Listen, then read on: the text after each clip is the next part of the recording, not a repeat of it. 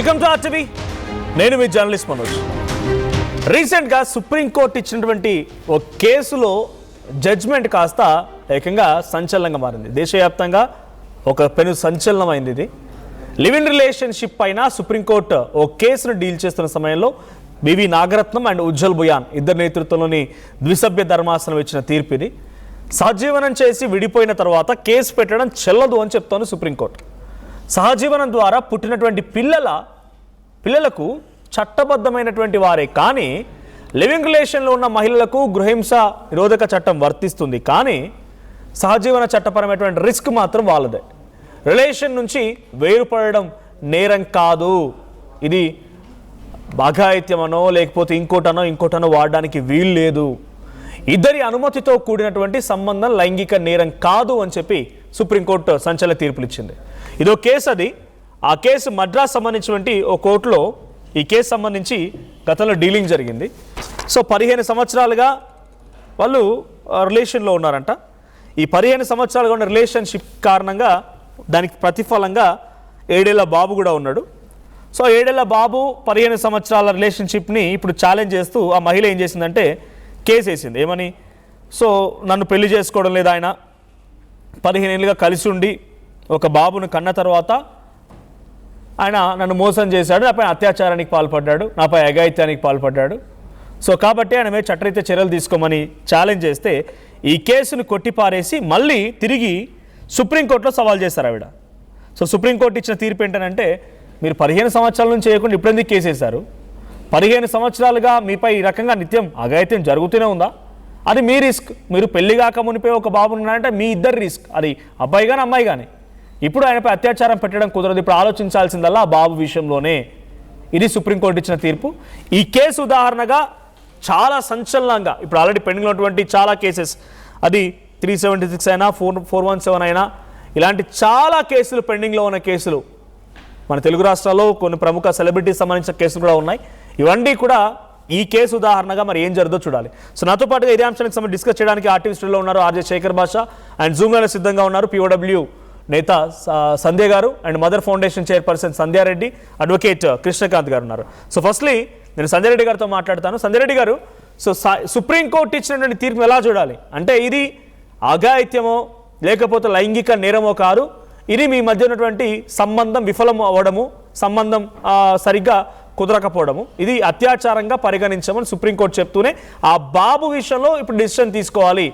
15 సంవత్సరాల తర్వాత ఇప్పుడు వచ్చి ఎన్ని ఛాలెంజ్ చేస్తున్నారని చెప్పి కోర్టు ఒక రకంగా మొట్టికాయలు వేసింది. ఈ కేసు ఉదాహరణగా తీసుకొని ఇంకెన్ని డీలింగ్ అవుతాయో చూడాలి. ఇప్పుడు ఎన్ని ఇంకా పెండింగ్లో ఉన్న కేసులు అన్ని కూడా బయటకు వస్తాయో చూడాలి. సో ఈ డెసిషన్ పైన మీ రియాక్షన్ ఏంటి? ఒకటి మనోజ్ గారు, అది అంటే వ్యక్తిగత స్వేచ్ఛ ఉంటుంది. ఆ వ్యక్తిగత స్వేచ్ఛ ఎంతవరకు ఉంటుందంటే, అంటే పిల్లల విషయంలో ఇప్పుడు కలిసి సహజీవనం చేసినప్పుడు ఆ సహజీవనం చేసినప్పుడు కూడా అది వాళ్ళ స్వేచ్ఛ కిందికి వస్తుంది. అంటే ఒకవేళ వాళ్ళిద్దరు సహజీవనం చేస్తున్నారు, వాళ్ళకి పిల్లలు పుట్టినారు అనుకోండి, ఆ పిల్లలకి 100% మీకు కోర్టు నుంచి కానీ ఇట్లా అన్ని రైట్స్ ఉంటాయి. అయితే సహజీవనం చేసినప్పుడు వీళ్ళకిద్దరికి ఎవరికి పెళ్లి కాకూడదు. అందులో ఒకరికి పెళ్లి అయినా ఒకరికి పెళ్లి కాకపోయినా అది కూడా కొన్ని కోర్టు అని చూస్తుంది. ఇంకొక విషయం ఏంటంటే, రేప్ చేసిండు నన్ను అంటే కలిసి మనం 1-2 సంవత్సరాలు కలిసి ఉండి నన్ను రేప్ చేసిండని ఏదో కేసు పెట్టడానికి అవకాశం ఉండదు. ఇప్పుడు రేప్ అనేది అన్ఫార్చునేట్లీ అనుకోకుండా యాక్సిడెంట్ గా జరిగేది రేప్ అంటారు. కానీ కలిసి ఉండి మనస్పర్ధలు వచ్చి విడిపోయినప్పుడు అది రేప్ కిందకి అనేది పరిగణించదు, అది అందరికి తెలిసిందే. కానీ కొన్ని సందర్భాలలో ఆ లేడీస్ కున్నది ఏంటంటే, పడినప్పుడు విడిపోయినప్పుడు నన్ను ఇలా చేశాడు అలా చేశాడు అంటారు. అది ఎందుకంటే వాస్తవానికి తప్పది. అంటే 1 రోజు 2 రోజులు జరిగి మన అనుమతి లేకుండా మనం చేయడానికి అయితే ఎవరికి అవకాశం ఉండదు. అట్లా చాలా మంది మంచి చట్టాలలో కొన్ని ఉన్నాయి, దాన్ని కరెక్ట్ గా యూజ్ చేసుకోవట్లేదు. అంటే అది అంటే రాంగ్ గైడెన్స్ లో వెళ్ళే అవకాశాలు కూడా ఎక్కువ ఉంటాయి. అంటే మీరు ఈ సహజీవనం చేసినప్పుడు పుట్టినప్పుడు పిల్లల బాధ్యత తండ్రి బాధ్యత ఉంటుంది. కొన్ని నిజంగా వారసత్వం వచ్చే హక్కులు కూడా వాళ్ళు కొన్ని వర్తిస్తాయి, కొన్ని వర్తించకపోవచ్చు. ఆ వ్యక్తికి ఆల్రెడీ పెళ్ళయిందంట. ఆ పెళ్ళైన వ్యక్తితో ఈ మహిళ మళ్ళీ తను రిలేషన్షిప్లో ఉంది, లివ్ రిలేషన్షిప్లో ఉంది. వారిద్దరి లివ్ రిలేషన్షిప్ రిజల్ట్ ఒక బాబు. సో ఇప్పుడు అక్కడ ఏమవుతుంది మనోజ్ గారు అంటే అలా లివింగ్ రిలేషన్ లో ఉన్నప్పుడు మరి ఇప్పుడు ఈ భర్తకు పుట్టాడా లేకపోతే లివింగ్ రిలేషన్ లో ఇతనికి పుట్టింది అనేది కూడా అప్పుడు మళ్ళీ అది డిఎన్ఏ అంటారు అంటే అదంటారు. మహిళకు కాదు ఇక్కడ వివాహం అయింది, ఆ అబ్బాయికి పురుషుడికి వివాహం అయింది, అక్కడ ఉన్న వ్యక్తికి వివాహం అయింది. అచ్చా, అయితే పురుషునికి వివాహమైనా ఇప్పుడు ఇక్కడ అమ్మాయి సహజీవనం చేస్తున్నప్పుడు తనకు కలిగిన కుమారుడు కాబట్టి డెఫినెట్ గా ఆ అబ్బాయి బాధ్యత 100% తనకే ఉంటది. ఈ అమ్మాయికి పెళ్లి కాలేదు కాబట్టి పూర్తి బాధ్యతలు కూడా తను తీసుకునే అవకాశం ఉంటుంది. అయితే నన్ను రేప్ చేసిన దానికి మాత్రం అవకాశం లేదు. రేప్ చేసినంత మాత్రాన 15 సంవత్సరాలు ఉండి నన్ను రేప్ చేసిండంటే అది తప్పు. అంటే సమాజంలో సహజంగా దీని చట్టాలలో రాసి ఉండాలి, చట్టమే తెలుసుకోవాల్సిన అవసరం లేదు. సహజంగా ఎవరేమైనా అంటాం, ఇష్టం లేదు అంటే 1 రోజు 2 రోజులు ఇష్టం ఉండదు. సంవత్సరాల కొద్దీ వాళ్ళతో సహజీవనం చేసి మీకు మనస్పర్ధల కారణంగానో లేకపోతే నాకు విలువని ఇస్తలేడు, నాకు ఒక గౌరవం ఇస్తలేడు సమాజంలో లేకపోతే అన్నప్పుడు మీకు మనస్పర్ధలు వచ్చి ఒక ఇష్టాలను గౌరవించుకోకపోవడం, అలా మనస్పర్ధల కారణంగా కోర్టుకు వెళితే కోర్టు వాస్తవానికి మీరు అన్నారు కదా రాజ్యాంగం మనకు కల్పించిందని చాలా మంది చెప్తున్నారు ఈ మధ్య కాలంలో. మాకు వ్యక్తిగత స్వేచ్ఛనిచ్చింది. వ్యక్తిగత స్వేచ్ఛ అనేది ఎవరు భంగం కలిగించడానికి ఇక్కడ అవకాశాలు లేవు. కానీ ఇక్కడ మనం నోట్ చేసుకోవాల్సింది ఏంటంటే మన కోర్టు ఇచ్చింది కదా అని చెప్పేసి విచ్చలు కూడా కొంతమంది ఏమో కోప్పడుతున్నారు. అదేంది మరి ఇంకొకటి, ఇది పెళ్లికి కూడా సంబంధాలు ఉండవు. ఈ సహజీవనానికి పెళ్లి అయినట్టు అనేది కూడా ఎక్కడ కూడా మనకు ప్రూఫ్ ఉండదు అనమాట. ఒక సహజీవనం చేసే వ్యక్తికి ఉండే రైట్స్ డెఫినెట్ గా మీరు సహజీవనం చేయొచ్చు అన్నారు. కానీ అతని మీద తను సంపాదించే దాని మీద మనకి రైట్ ఉంటుంది అనేది డిపెండ్ అప్ క్యాండిడేట్ బట్టి ఉంటుంది. వాళ్ళకి కలిగిన లీగల్ రైట్స్ విషయంలో మీరు అన్నారు కాబట్టి ఒక చిన్న అనుమానాన్ని మనం అడ్వకేట్ కృష్ణకాంత్ గారి నుంచి తీసుకుందాం. ఆ తర్వాత నేను మళ్ళీ వస్తాను మీ దగ్గరికి. కృష్ణకాంత్ గారు, ఒక చిన్న డౌట్ ఇక్కడ. ఇప్పుడు ఆ అబ్బాయి ఎవరైతే ఉన్నారో ఆ అబ్బాయి విషయంలో ఆలోచించాలి, సుప్రీంకోర్టు తీర్పిచ్చింది.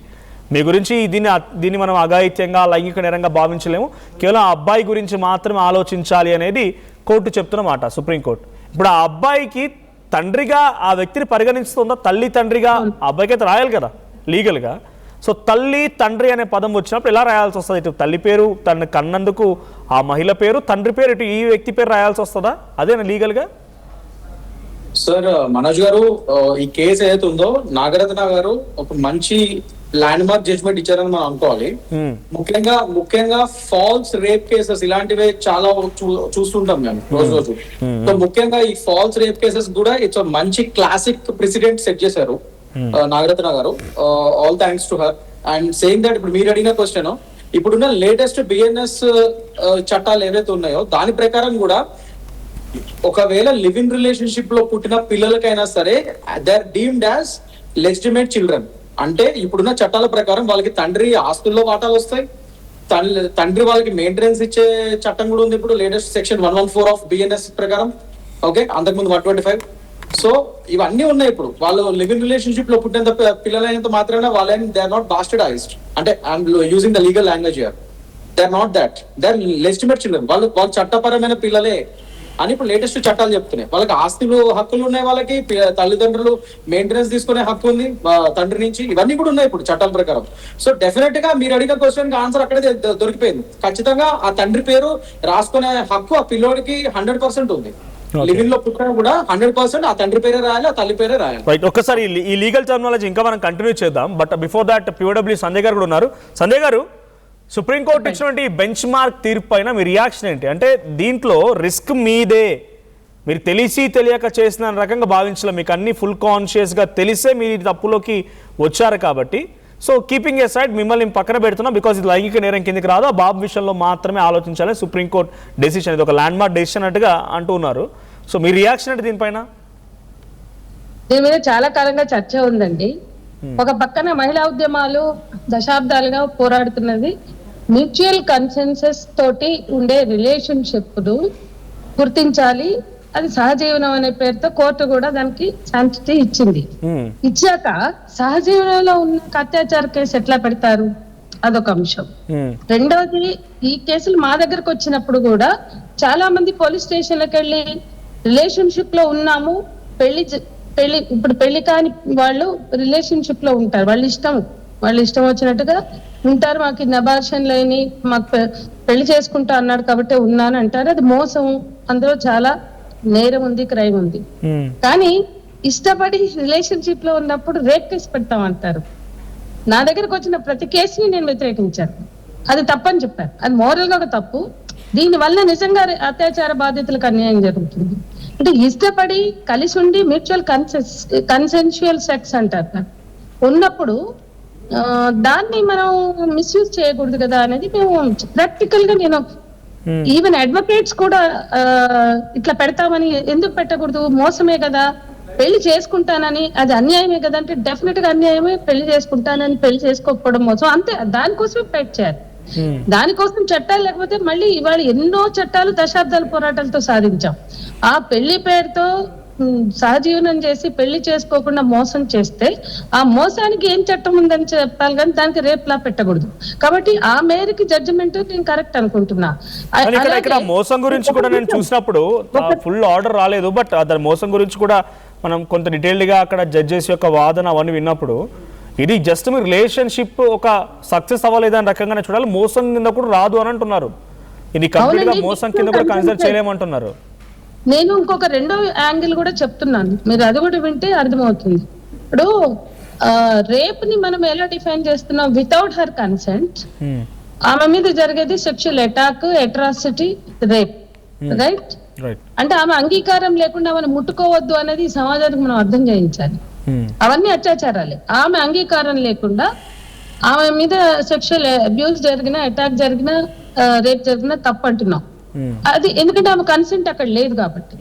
అట్లాగే ఆమె మైనర్ అనుకోండి, కన్సెంట్ తో సంబంధం లేదు, దట్ ఈస్ క్రైమ్, రైట్? ఇంత క్లియర్ గా మన చట్టంలో ఉన్నప్పుడు, ఇప్పుడు కృష్ణకాంత్ గారు కూడా చెప్పారు, మన మైనర్ అయితే అది ఏదైనా సరే కన్సెన్షువల్ అయినా కానీ అది క్రైమ్. మేజర్స్ అనుకోండి, ఆమె కన్సెంట్ లేకపోతే అది క్రైమ్. అంతే చూడాలి. ఎందుకంటే మనం కాంప్లికేట్ చేస్తున్నాం ఇక్కడ.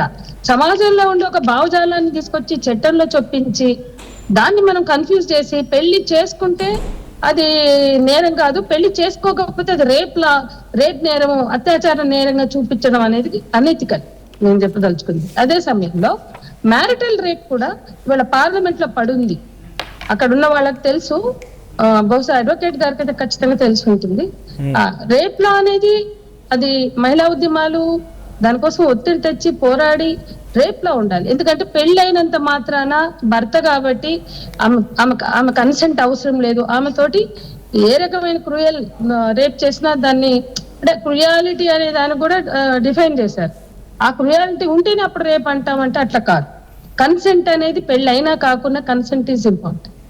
ప్రపంచంలో చాలా దేశాల్లో మ్యారిటల్ రేప్ ను కూడా తీసుకున్నారు. కాబట్టి ఈ మోసపూరితమైనవి అంటే ఇష్టమైనంత కాలం, సాగినంత కాలం అది రిలేషన్షిప్, లేకపోతే రేపు అని అనడం అయితే అనెతికల్. అదే సమయంలో మ్యారిటల్ రేప్ కూడా వాల్యూ ఉండాలి. పెళ్ళైనంత మాత్రాన ఏ రకమైన ఆమె సంసిద్ధతని, ఆమె సిచ్యుయేషన్ ని పట్టించుకోకుండా నేను అనుభవిస్తాను అనడం కూడా అది కూడా క్రైమ్. అంటే ఇప్పుడు ఒక వ్యక్తి కన్సెంట్ లేకుండా ఆమె మీద పడితే అది ఎట్లా నేరమో, అతను భర్త అయినా కూడా కన్సెంట్ లేకపోతే నేరం. అది మిస్యూజ్ కాకుండా చూసుకోవచ్చు. మిస్యూజ్ అవుతుందేమో అని చెప్పి ముందే చట్టం లేకుండా చేయడం కరెక్ట్ కాదు. దాన్ని మనం అట్లా అర్థం చేసుకుంటే సమగ్రత ఉంటుంది అనేది నా అభిప్రాయం. ఇక మూడో విషయం, పెళ్లి అనే హామీలో పిల్లల్ని కన్నాక ఇంతకుముందు ఆయన కృష్ణకాంత్ గారు చెప్పారు, ఇప్పుడున్న చట్టాల ప్రకారం ఎట్లా పుట్టినా ఆ పిల్లలకి అన్ని హక్కులు ఉన్నాయి. పిల్లల హక్కుల గురించి ఆలోచించాలి. కానీ ఒక కక్షపూరితంగా క్రిమినల్ కేసెస్ పెట్టి వాళ్ళు అనుకున్నది ఏదో సాధిద్దాం అనేది కొంతమంది చూస్తున్నారు. దానికన్నా నిజంగా చాలా మంది అమ్మాయిలకి అన్యాయం జరుగుతుంది పేట్రియార్కల్ సొసైటీలో.